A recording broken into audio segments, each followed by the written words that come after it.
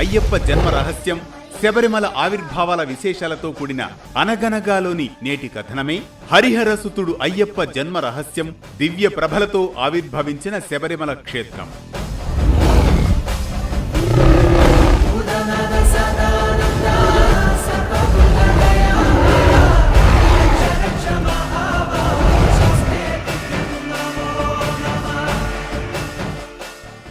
అనగనగా అది కృతయుగంలోని సమయం. క్షీరసాగర మథనంలో ఉద్భవించిన అమృతాన్ని దేవతలు రాక్షసులకు పంచే దృశ్యాన్ని తపోధ్యానంతో ఆసీనుడయ్యున్న పరమశివుడు గ్రహిస్తాడు.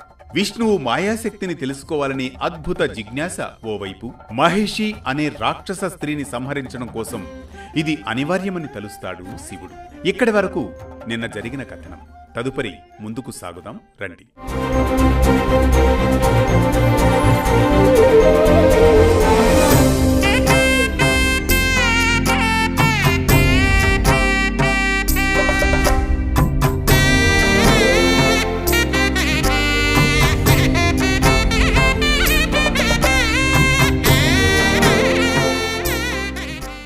మోహిని రూపంలో విహరిస్తున్న శ్రీ మహావిష్ణువును చూసిన శివుడు మోహ పరవశుడవుతాడు.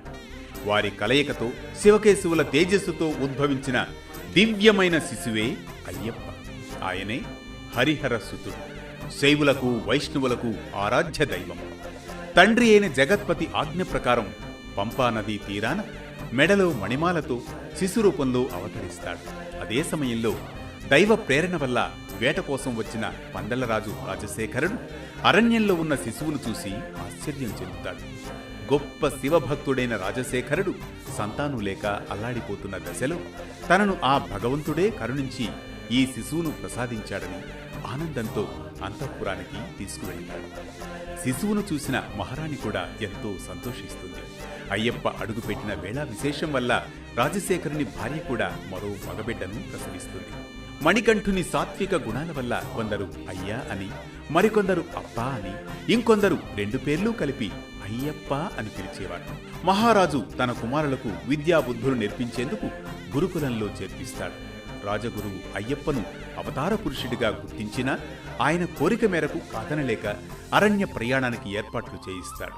గురుకులంలో విద్యాభ్యాసం పూర్తయిన తర్వాత రాజ్యానికి చేరుకున్న అయ్యప్పకు పట్టాభిషేకం చేయాలని తండ్రి భావిస్తాడు. అది ఇష్టం లేని తల్లి తలనొప్పి అని నాటకమాడి ఈ వ్యాధి తగ్గాలంటే పులిపాలు తేవాలని రాజవైద్యునితో చెప్పిస్తుంది. దీంతో తానే వెళ్లి పులిపాలు తీసుకువస్తానని అయ్యప్ప బయలుదేరుతాడు. ఆ సమయంలో అడవిలో సంచరిస్తున్న మహిషిని నారదుడు కలిసి నిన్ను చంపేందుకు ఒక రాజకుమారుడు వస్తున్నాడు అని హెచ్చరిస్తాడు. మహిషి గేదె రూపంలో అయ్యప్పను చంపడానికి వెళ్తుంది. వీరిద్దరి మధ్య జరిగే యుద్ధాన్ని వీక్షించేందుకు దేవతలు కూడా అక్కడకు చేరుకుంటారు. ఈ సమయంలో అయ్యప్ప ఒక కొండపైకి ఎక్కి తాండవం చేస్తూ మహిషిని ఎదిరిస్తాడు. ఇరువురి మధ్య జరిగిన భీకర యుద్ధంలో మహిషి మట్టి కరుస్తుంది. ఆ దెబ్బకు మహిషి మరణిస్తుంది.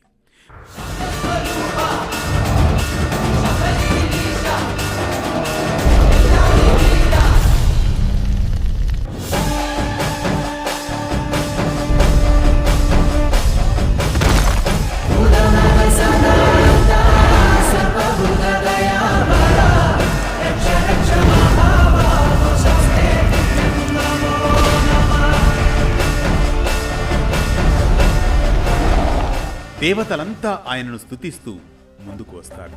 అప్పుడు అయ్యప్ప ఇంద్రుడితో, దేవేంద్ర, నేను పులిపాలు తెచ్చే నెపంతో ఇలా వచ్చాను, కాబట్టి మీరందరూ నాకు తోడ్పడండి అని అడుగుతాడు. ఆయన కోరికపై అందరూ పులులుగా మారిపోతారు. పులివాహనంపై అయ్యప్ప తన రాజ్యాన్ని చేరుతాడు. అయ్యప్పకు పట్టాభిషేకం చేయాలని రాజు భావిస్తే తనకు రాజ్యం వద్దన్న మణికంఠుడు ఒక ఆలయం నిర్మించి ఇవ్వమని కోరుతాడు. తానొక బాణం వదులుతానని, ఆ బాణం ఎక్కడ పడితే అక్కడ తనకు ఆలయం నిర్మించాలని నియమం పెడతాడు. అలా అయ్యప్ప వేసిన బాణం శబరిమలలో పడడంతో అక్కడే ఆలయం నిర్మించడం జరిగింది.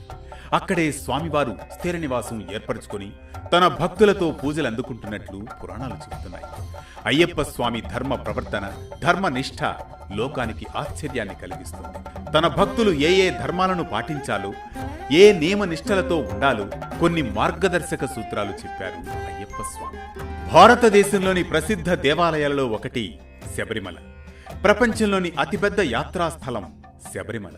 ప్రతిరోజు లక్షలాదిగా ఈ దివ్యక్షేత్రానికి తరలి వస్తూ ఉంటారు. 18 కొండల మధ్య ఉన్న ఈ ఆలయం భారతదేశంలోని కేరళలో పవిత్ర క్షేత్రంగా అలరారుతోంది.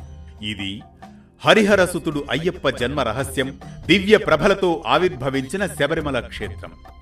ఈ కథనం మనకిచ్చే సామాజిక సందేశం ఒక్కటే: ధర్మరక్షణ కోసం దైవానికైనా ఓ సమయం ఉంటుందని, శివుడు కేశవుడు వేర్వేరు కాదని, అందుకు అయ్యప్పే ప్రతిరూపమని, నియమాలు పాటిస్తే అయ్యప్ప కరుణకు పాత్రులమవుతామని.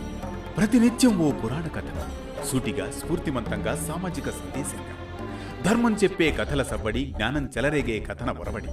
అనగనగా అంటూ మళ్లీ రేపు పలకరిస్తుంది ఆరుబయట వెన్నెల్లో జోకొట్టే కథల్లా వేటూరు న్యూస్.